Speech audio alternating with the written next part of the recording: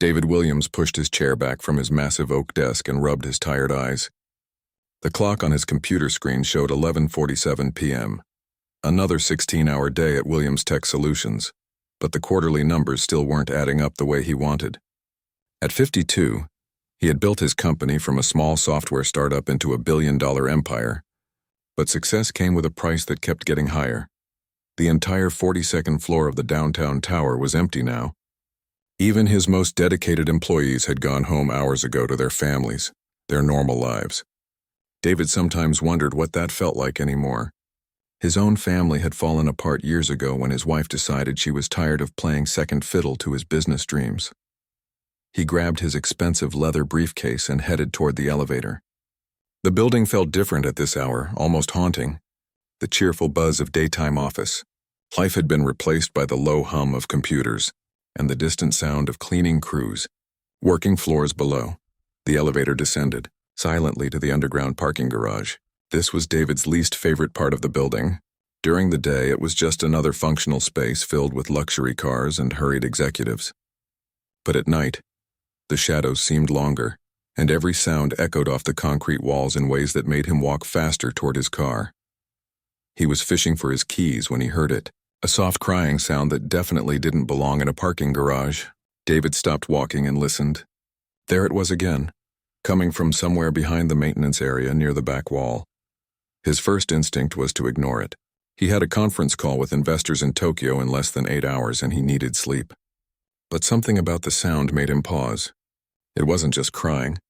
It sounded desperate, helpless in a way that tugged at something deep in his chest. David changed direction and walked toward the sound, his expensive shoes clicking against the concrete floor. As he got closer, he could make out what sounded like 2 babies crying, their voices mixing together in a heartbreaking symphony of hunger and discomfort. Behind a large metal door marked, "Authorized personnel only," he found her. A young woman, probably no more than 20, was sitting on a piece of cardboard with her back against the wall. In her arms, she held 2 tiny babies, both crying despite her gentle attempts to comfort them. The scene hit David like a punch to the stomach. The woman's clothes were clean but wrinkled, like she had been wearing them for days. Her long brown hair was pulled back in a messy ponytail, and dark circles under her eyes told the story of many sleepless nights. The babies were wrapped in what looked like hospital blankets, thin and inadequate for the December cold that seeped into the garage. When she saw David, the young woman's eyes went wide with fear. She pulled the babies closer to her chest as if trying to shield them from whatever threat he might represent. "Please," she whispered, her voice barely audible over the crying. "We're not hurting anyone. We'll leave. Just please don't call security." David raised his hands slowly, the way you might approach a scared animal. "It's okay," he said softly. "I'm not going to hurt you. I just heard crying and wanted to make sure everyone was all right." The woman studied his face, trying to decide whether to trust him. "We're fine," she lied, though the trembling in her voice suggested otherwise. One of the babies let out a particularly loud wail, and she began rocking back and forth. "Shh, sweethearts. Mommy's here. Everything's going to be okay." But David could see that everything was not okay. The woman looked exhausted beyond measure, and the baby's cries had the sharp edge of real hunger. Hospital bracelets were still attached to their tiny wrists, suggesting they had been born recently. "When did you eat last?" David asked, crouching down to her level but keeping his distance. The question seemed to surprise her. She looked away embarrassed. "I ate," she said, but couldn't remember when. "What about them?" He nodded toward the babies.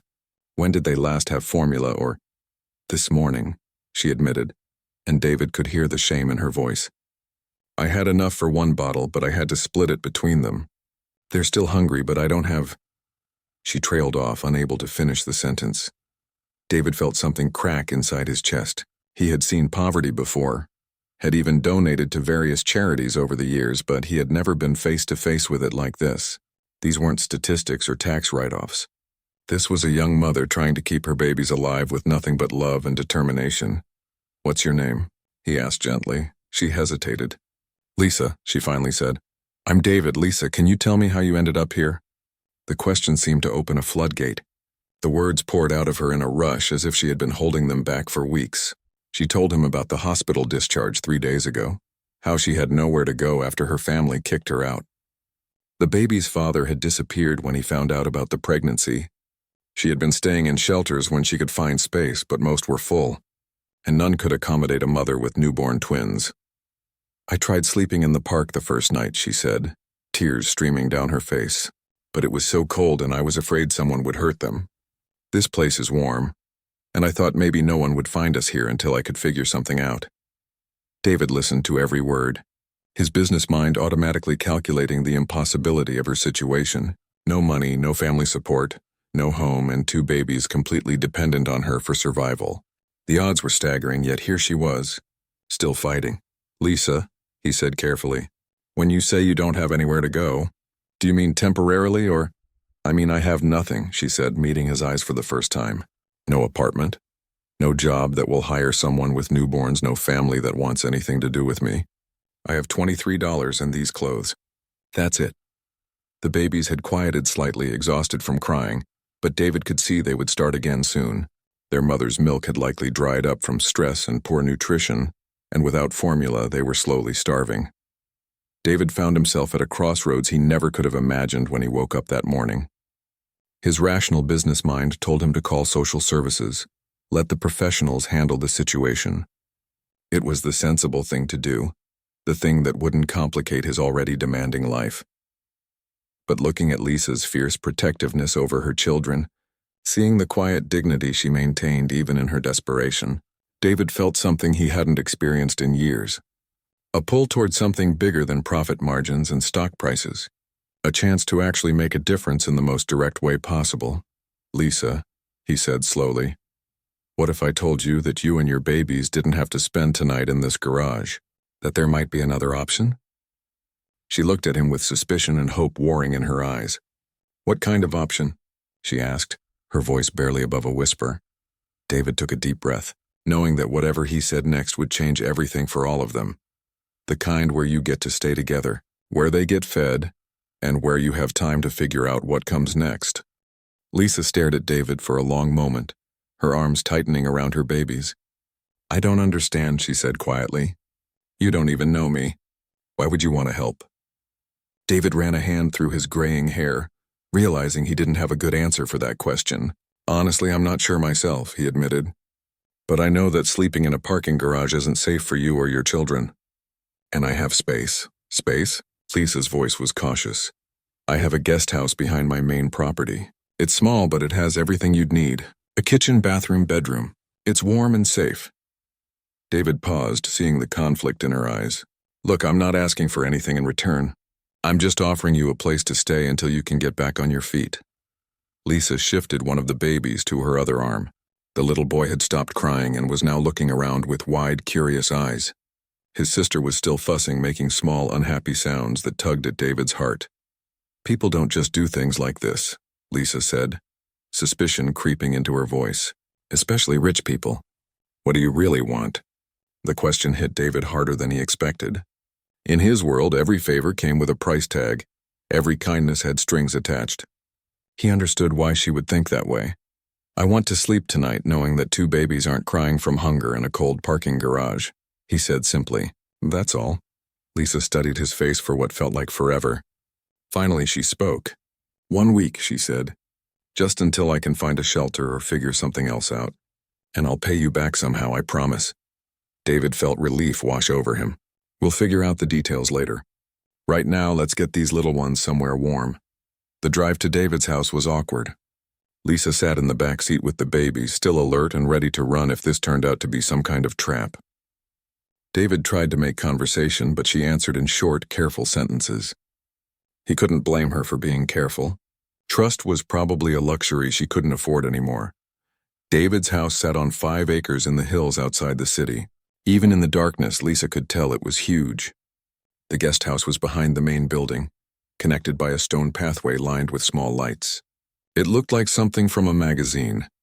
This is the guest house? Lisa asked, staring at the charming cottage that was bigger than any apartment she had ever lived in. My mother used to stay here when she visited, David explained, unlocking the door. She passed away 2 years ago, so it's been empty since then. The inside was perfect. Clean, Warm and fully furnished with a comfortable couch, a small dining table, and a kitchen stocked with basic supplies. The bedroom had a queen-sized bed and a crib that David's ex-wife had bought years ago for visiting grandchildren who never came. "I can't afford this," Lisa said, overwhelmed by the niceness of everything. "You're not paying for it," David reminded her. "Look, there's formula in the kitchen cabinet. I had my assistant pick some up on our way home. And diapers, clothes, whatever babies need. I'm not really sure what babies need, actually." For the first time since he had found her, Lisa smiled. It was small but genuine. "They need food, warmth, and love. You've already provided 2 out of 3. David left her alone to settle in, but not before giving her his phone number. "Call if you need anything," he said. Anything at all. That first night, David barely slept. He lay in his king-sized bed in his empty mansion, listening for sounds from the guest house. Around 3 in the morning, he heard one of the babies crying and found himself getting up to check, though he stopped himself at the window. Lisa could handle it. She had been handling it alone for days. The next morning, David found Lisa in the guest house kitchen, trying to feed both babies at once while a pot of oatmeal burned on the stove. She looked exhausted but cleaner than she had the night before. "Here, let me help," David said, reaching for one of the babies. Lisa pulled back instinctively. "I've got it." "I can see that," David said gently, turning off the burner before the smoke alarm could go off. "But it's okay to accept help, you know." It took 3 more days before Lisa would let David hold one of the babies while she prepared bottles. By the end of the first week, she was letting him help with feedings, though she still watched him like a hawk. "You're not very good at this," Lisa observed as David tried to burp the baby girl, who promptly spit up all over his expensive shirt. "I'm learning," David said, wiping baby formula off his sleeve. "I never had kids of my own, so this is all new territory." "Never?" Lisa seemed surprised. "But you're so what?" "I don't know. Successful, I guess. I thought successful people always had families." David sat down beside her on the couch, still holding the baby. "Success doesn't automatically come with a family attached. Sometimes you get so focused on building something that you forget to build relationships too." Lisa was quiet for a moment. "Is that what happened to you?" "Among other things," David said. "What about you? These babies have a father somewhere." Lisa's face closed off. "He's not in the picture. Made that very clear when he found out I was pregnant." His loss, David said, and meant it. Over the past week, he had watched Lisa care for her children with a dedication that amazed him. She never complained, never lost her patience, never seemed to feel sorry for herself despite her circumstances. "David," Lisa said slowly, "can I ask you something?" "Of course, then why are you really doing this?" "And don't say it's just about helping. People like you don't just help people like me." David looked down at the baby in his arms, who had fallen asleep against his chest. "People like me," he repeated. "You know, I used to think there were different types of people too. Rich people, poor people, successful people, struggling people. But this week, watching you with your children, I've realized something." "What's that?" "There are just people. Some get lucky breaks, some don't. Some get help when they need it, others have to fight alone. But underneath all the different circumstances, we're all just people trying to figure it out." Lisa wiped her eyes, though she tried to hide it. "I'm going to pay you back," she said fiercely. "I don't know how yet, but I will." "I know you will," David said, and he believed it. In just 1 week, he had seen enough of Lisa's determination to know that she wouldn't stay down long. She just needed a chance. That night, as David walked back to his main house, he realized something had changed in him too. For the first time in years, his house didn't feel quite so empty, and for the first time in longer than he could remember, he was looking forward to tomorrow for reasons that had nothing to do with business. 3 weeks into their arrangement, David's carefully controlled world began to crack. It started with small things. His housekeeper, Maria, noticed baby bottles in the dishwasher and asked innocent questions. His assistant, Jennifer, wondered why he was ordering diapers and formula to be delivered to his house. The delivery driver started gossiping about the young woman they occasionally saw in the guest house. The first real confrontation came from his business partner, Robert, during their regular Monday morning meeting. They were reviewing quarterly projections when Robert suddenly closed his laptop and looked directly at David. "We need to talk," Robert said, his voice serious. "There are rumors going around about you, and frankly, they're starting to affect business." David set down his coffee cup. "What kind of rumors?" The kind where a 52-year-old billionaire is living with a teenage girl and her babies. Do you have any idea how that looks? She's 20, not teenage. And she's not living with me. She's staying in the guest house temporarily while she gets back on her feet. Robert leaned forward. David, I've known you for 15 years. You don't do temporary charity cases. What's really going on here?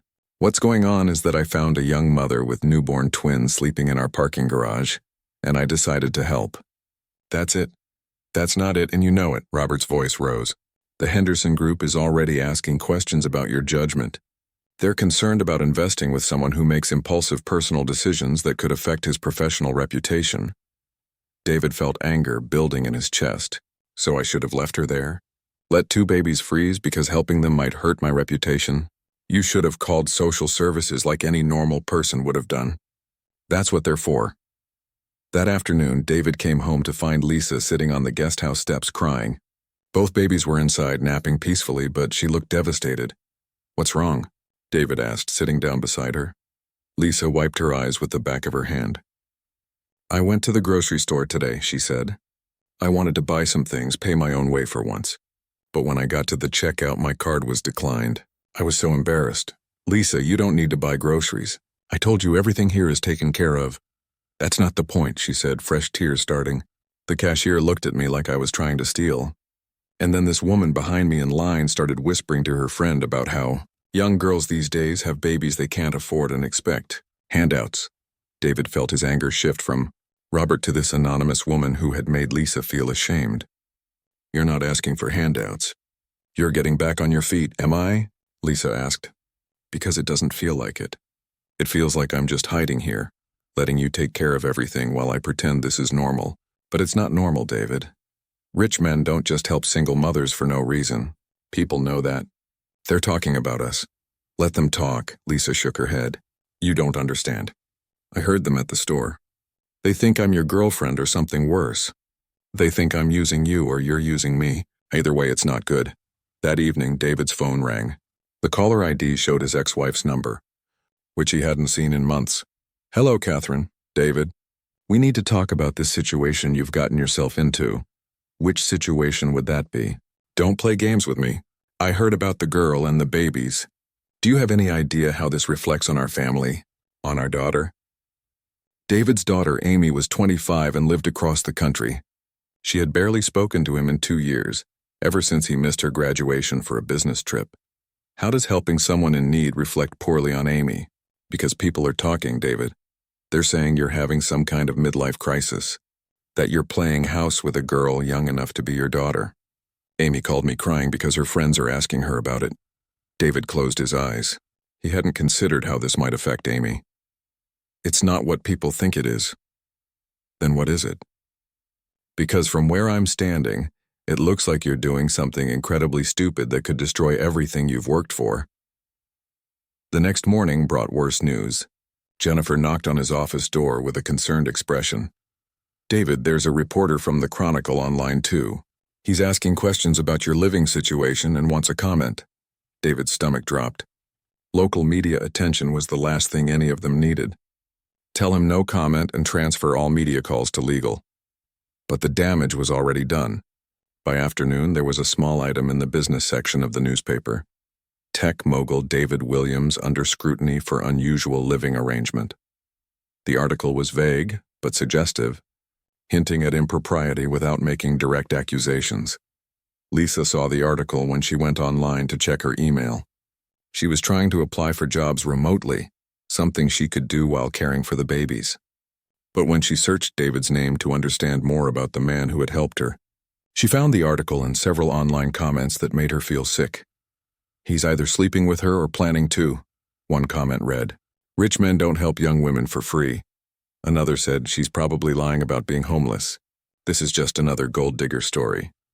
That evening, Lisa packed her few belongings into the diaper bag. She was sitting in the kitchen holding both babies and waiting for David to come home, when she heard his car in the driveway.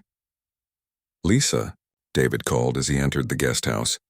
I brought dinner from that Italian place you liked. He stopped when he saw the packed bag and Lisa's determined expression. We have to go, Lisa said without preamble. Go where? Anywhere. A shelter, the street, I don't know. But we can't stay here anymore. David set down the takeout bags and sat across from her. Because of the newspaper article? Because of everything. Your business partners hate this. Your family is embarrassed. People think terrible things about both of us. And now reporters are involved. Lisa's voice cracked. I never wanted to hurt you, David. You saved us, and now I'm ruining your life just by being here.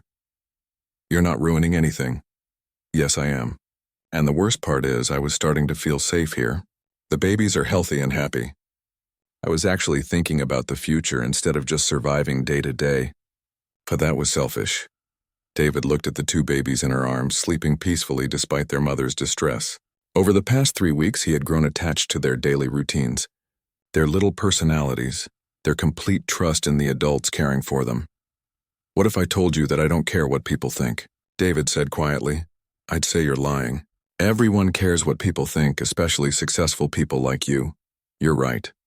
I do care, but not as much as I care about what happens to you and these babies.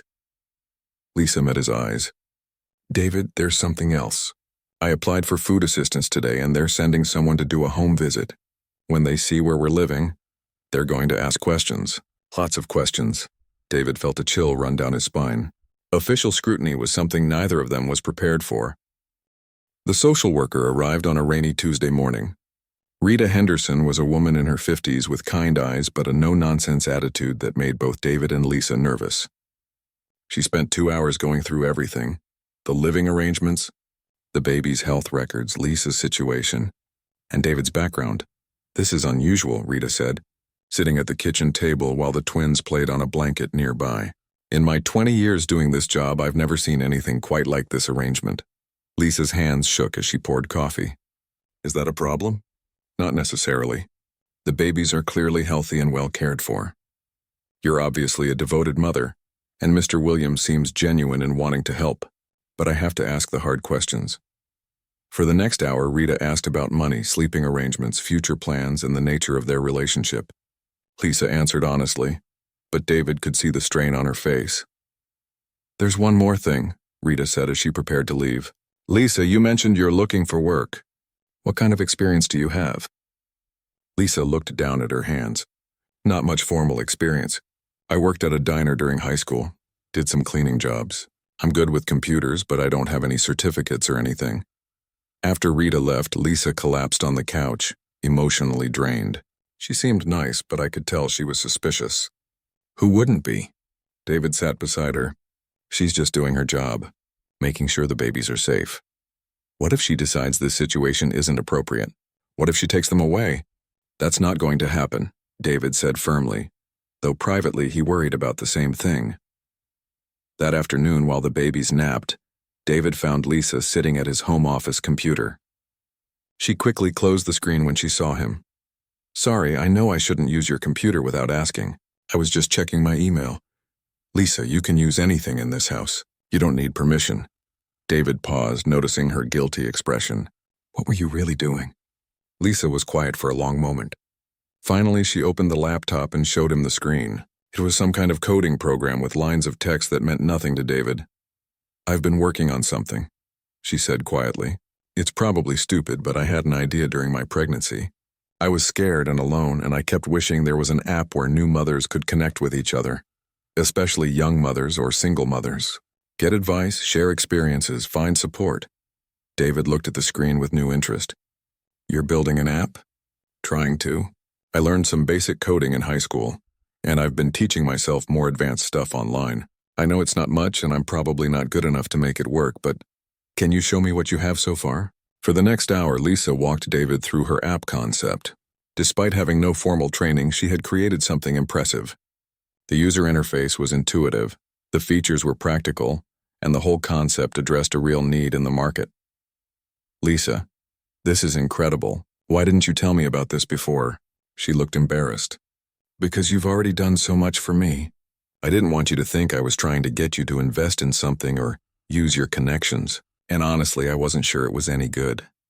It's more than good. It's exactly the kind of thing my company looks for. Before Lisa could respond, one of the babies started crying from the bedroom, but not the usual hungry or tired cry. This was different. A sharp, distressed sound that made both adults jump up immediately.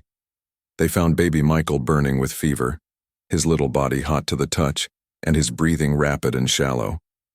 His sister Kate was still sleeping peacefully, but Michael was clearly in distress. "We need to get him to the hospital," Lisa said, panic creeping into her voice as she picked him up. "Something's wrong."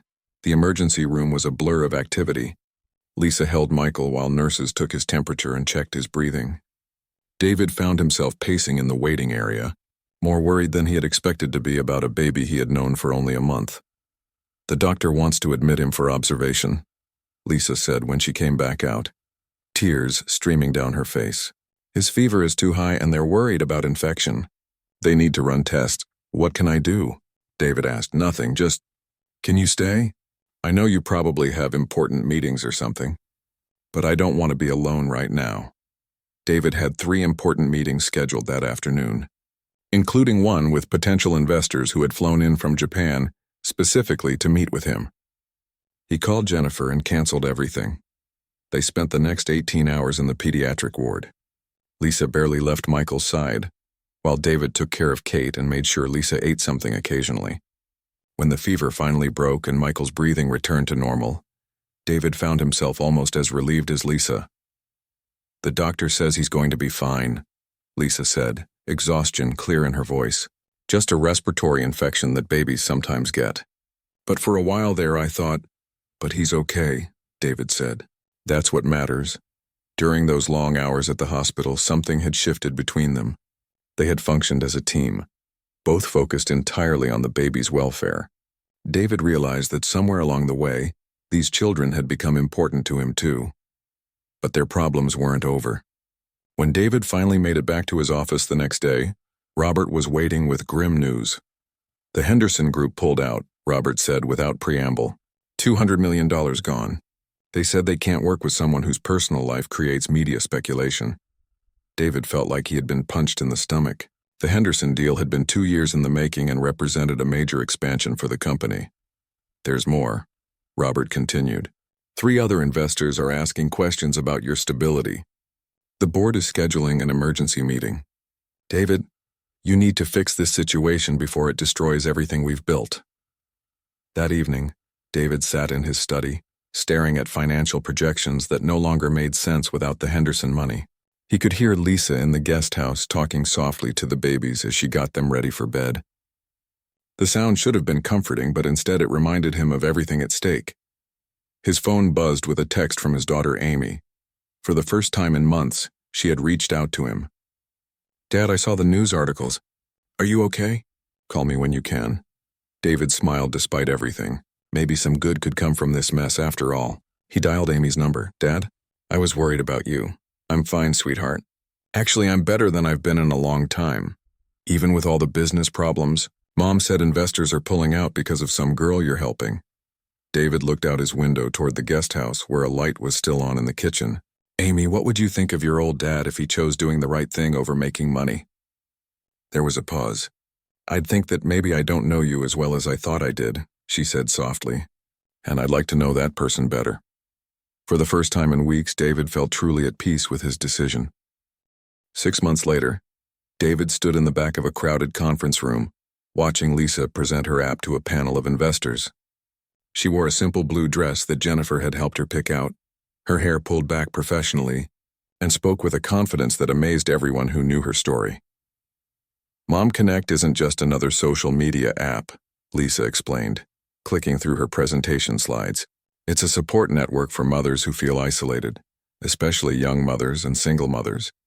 Users can find local support groups, connect with other mothers facing similar challenges, access verified parenting resources, and even find emergency help when they need it most."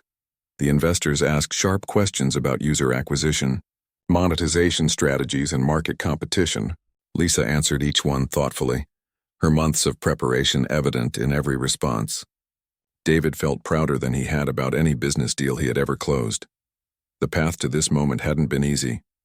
After the Henderson Group pulled their investment, David had faced the hardest decision of his business career. The board had given him an ultimatum: end his involvement with Lisa and the babies, or face a vote of no confidence that could remove him as CEO of his own company. David had chosen a third option that shocked everyone, including himself. He stepped down as CEO voluntarily, maintaining his position as founder and largest shareholder but removing himself from daily operations. "I built this company to have options," he told the stunned board members. "Now I'm exercising one of those options." The media had a field day with his decision. Business magazines called it everything from corporate suicide to the most expensive midlife crisis in tech history. But David found he didn't care about their opinions anymore. With more time on his hands, David had thrown himself into helping Lisa develop her app idea. He connected her with developers, introduced her to potential investors, and watched her transform from a scared young woman into a confident entrepreneur. But the real work had been hers. She had learned advanced coding, studied business development, and refined her concept until it became something truly special. "The beta test results exceeded all our projections," Lisa continued her presentation. "We have over 10,000 active users, with 93% reporting that the app helped them feel less isolated during their first year of motherhood. Our user retention rate is 87%, well above industry standards for social apps." David smiled, remembering the late nights Lisa had spent analyzing user feedback and improving the app's features. She had moved into her own apartment 3 months ago, a modest 2-bedroom place 15 minutes from David's house. The twins, now almost a year old, were thriving in their new home. The move had been Lisa's idea. "I need to prove to myself that I can do this on my own," she had told David.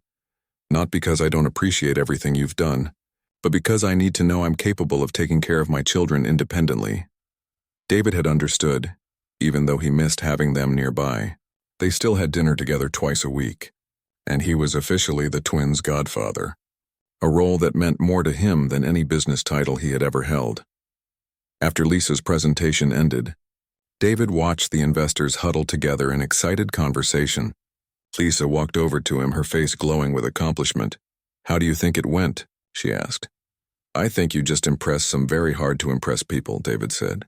"But more importantly, how do you feel?" "Terrified and excited at the same time," Lisa admitted. "A year ago I was sleeping in a parking garage with no hope for the future. Now I'm pitching my own company to investors. Sometimes I can't believe this is real."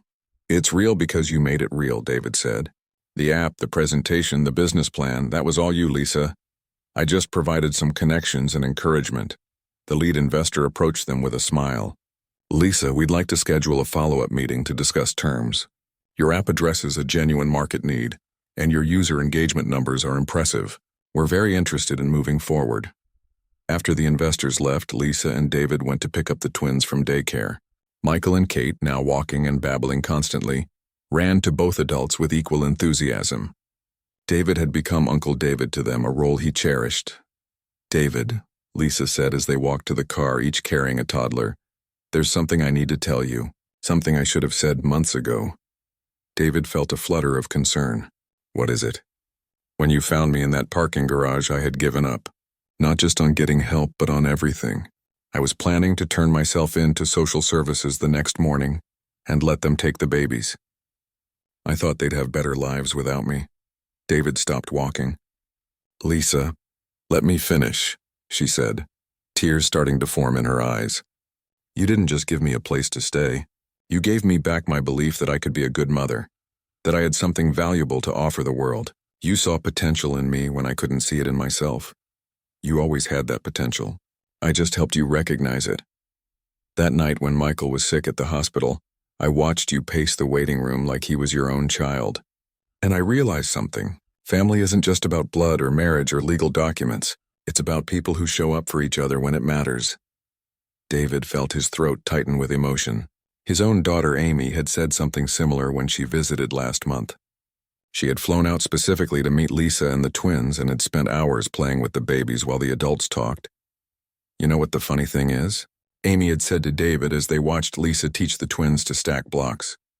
"I always thought you were this cold businessman who only cared about money and success. But seeing you with them, I realized you just never had the chance to show this side of yourself before." Now, 6 months later, David's relationship with Amy was stronger than it had been in years. She called him regularly, visited often, and had even started bringing her boyfriend around for family dinners that included Lisa and the twins. The investors want to offer me $2 million for 30% of the company, Lisa said as they buckled the twins into their car seats. Can you believe that?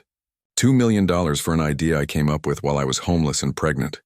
I can believe it, David said. Your app is going to help thousands of mothers feel less alone. That's worth a lot more than $2 million. I want to do something with the money, Lisa said. Beyond just securing our future, I want to start a foundation that helps homeless mothers with children. Provide temporary housing, job training, childcare support. All the things I wished existed when I needed them. David wasn't surprised by her generosity. Over the past months, he had watched Lisa help other young mothers she met through social services, sharing resources and offering encouragement even when she was still struggling herself. I think that's a wonderful idea, David said, and I'd like to help if you'll let me. I've been thinking about what to do with my extra time now that I'm not running the company day to day. They drove to Lisa's apartment, where she had invited David for dinner. As they prepared a simple meal together while the twins played nearby, David reflected on how much his life had changed. A year ago, he had been a successful but lonely man whose greatest achievement was his bank account. Now he was surrounded by the laughter of children, the warmth of genuine friendship, and the satisfaction of having made a real difference in someone's life. David, Lisa said as they sat down to eat, I need you to know that you saved us, all three of us. But more than that, you showed me that good people still exist in the world. David looked around the table at this family he had somehow become part of. Lisa, now a confident young entrepreneur. Michael babbling happily as he tried to feed himself. Kate grinning at everyone with food all over her face. You saved me too, David said quietly. I just didn't realize I needed saving until I found you in that parking garage. The real shock, David realized, wasn't that a wealthy man had helped a homeless woman. The real shock was how much they had helped each other. How two people from completely different worlds had created something beautiful together. Not romance, but something rarer and more lasting. A chosen family built on mutual respect, genuine care, and the understanding that sometimes the best thing you can do is simply show up for someone when they need you most.